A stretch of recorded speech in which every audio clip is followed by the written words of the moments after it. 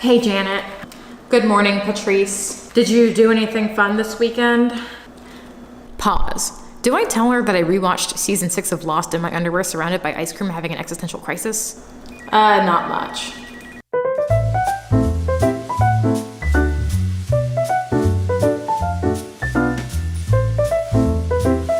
Hello, everybody, this is Kelly Stamps.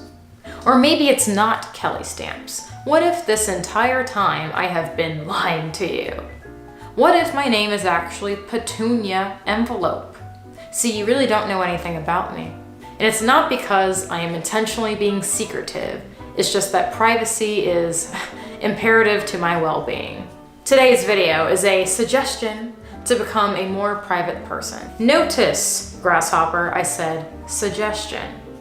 I don't think it's mandatory or extremely important to be a private person. However, nothing bad comes from not telling people your business.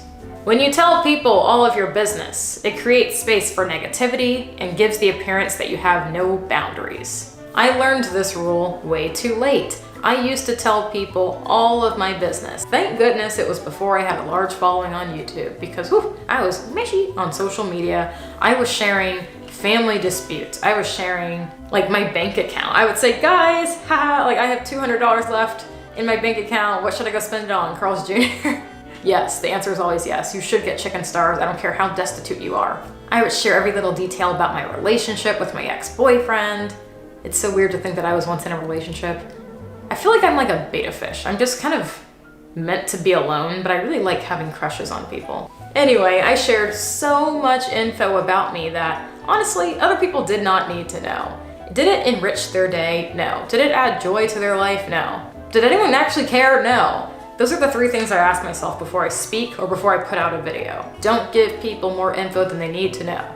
I made it my goal for 2021 and moving forward. Operate on a need-to-know basis. In regards to my comment on boundaries, when you tell people too much, it kind of raises red flags, I feel like, as an individual. When people tell me, oh, so-and-so did this and my friend did this and oh my goodness, this happened, or when I watch influencers, YouTubers, Instagrammers saying things like, guys, thank God I got my period today. I'm like, when I see people like this sharing every little detail of their life, it screams to me that they need validation. Maybe they need an audience because they're not that interesting of a person. It makes me think that they're probably sharing my info that I shared with them.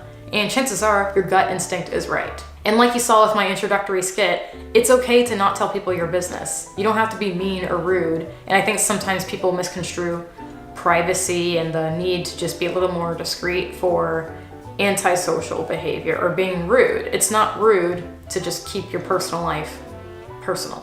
When you tell everybody every detail about your personal life, including maybe your goals or plans, like I've said in a previous video, why I love being alone, it creates space for negativity and judgment. But there are things that I keep to myself, such as goals. I have one plan that I'm working on. I'm so excited about it, and I don't want anyone else to crush that dream for me. Most people don't. No one has ever said anything bad about it, but one person did a long time ago. This person said, ooh, I don't know about that because, you know, that career doesn't pay that well. Why would you do that instead of YouTube? Why would you do? Don't worry about it because that person doesn't understand your passions or what makes you excited in the morning. So instead, tell everybody if you need to, if you want to share things, tell it when it's done. Tell the people about your plans when you have your degree in your hand. Tell them about your big house you bought once you're inside sipping wine watching Desperate Housewives. Don't set yourself up to get your feelings hurt. I just want to say it's so nice to see myself again talking. It was so hard before. I was old school YouTubing with that big camera I had. I was like, I hope I'm in the shot. Now I am here, I feel more present. Just side note people, if you're doing YouTube and it's your hobby or your living, you don't need large expensive equipment for that because this is a camera, this is like the lowest cost vlogging camera that is an all-in-one deal called the Sony ZV-1. This is not sponsored, okay. You are entitled to your privacy. You have 0 obligations to anyone else. Stampede, rise! Say it with me. I am entitled to my privacy. Thank you. Please take a seat. You don't have to tell anyone anything. I might end up sharing the states. Yes, states. I have 2 apartments. I might end up sharing the places that I live, but I'm just not gonna share the city.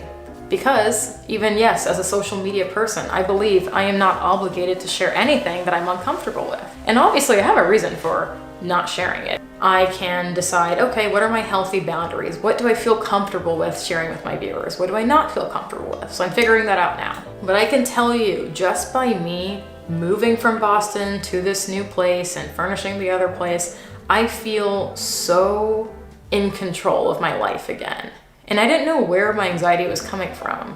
It's the fact that I don't care, like you have 3 subscribers, 3,000, 3 million. We share too much information naturally, and it can hurt us in many different ways. A large danger of oversharing with people is the possibility of getting robbed. Time to get the spectacles out, because I'm gonna scare you. In 2017, a stalker murdered his ex from her social media updates. Criminals use social media as a tool to rob your ass. How do they do this? Easily, because we are prone to updating our stories. I used to post at In-N-Out. I would say I'm at the ice rink, but that's not the danger. Forget stalking for a second. The bigger danger is people robbing your house. Because when you announce on Facebook to all your little country family, you know who they are, the cousins who you wouldn't wanna invite to your home because your PS5 is there, your shiny new painting and your shoes, and you're just like, I gotta keep an eye on.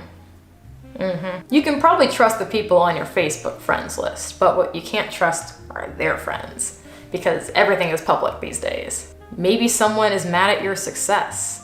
Like, raise your hand if Stampede people, if your growth and success and determination has just made other people feel inferior. Yes, I see you in the back. You look real cute today, by the way. Yes, nice skirt. Not everyone wants to see you win. All of your friends and family, we hope that they want to see us win, but I've accepted that some people just don't want to see you win. They want to take away from you.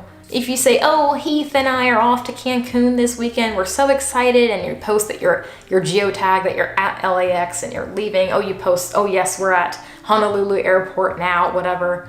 You're telling everyone all the details, and especially if they're family or friends, they know where you live. They know how to break into your place. And there are just so many stories besides the one that I have written down here of people getting robbed because they were sharing on social media. So my tip to you all to avoid theft is to post things hours later. How long? That's up to you. I post things on my story long after I've left the vicinity. Like, I'm in bed. There is a wonderful quote that I saw online when I was on the internet. I'm clearly just trying to show my boots that I really like. The quote says, just because you didn't post a picture of it doesn't mean it didn't happen. When you build a more private life, you resist the urge to share every little thing you do on social media. As a result, I feel like my relationships with other people have strengthened, as well as mine with myself. I have so many amazing, cool experiences that happened that are just up here. For example, like a year ago, I was visiting Sun Valley, Idaho. I didn't have my phone on me, which was actually an accident because I left it inside of the hotel at the lodge. Hey, Sun Valley Lodge, can you guys sponsor me? So a giant moose just came up to me. I was on a golf cart just minding my business. It was bizarre. I've never seen any animal that large in my life. And I didn't post it anywhere.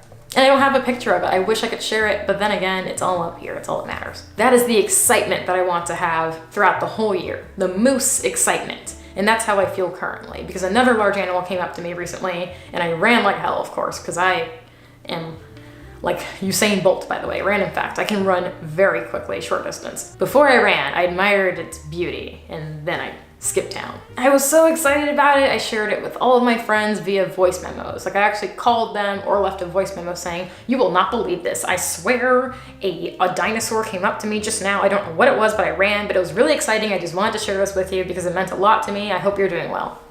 Those are friendships, not habits.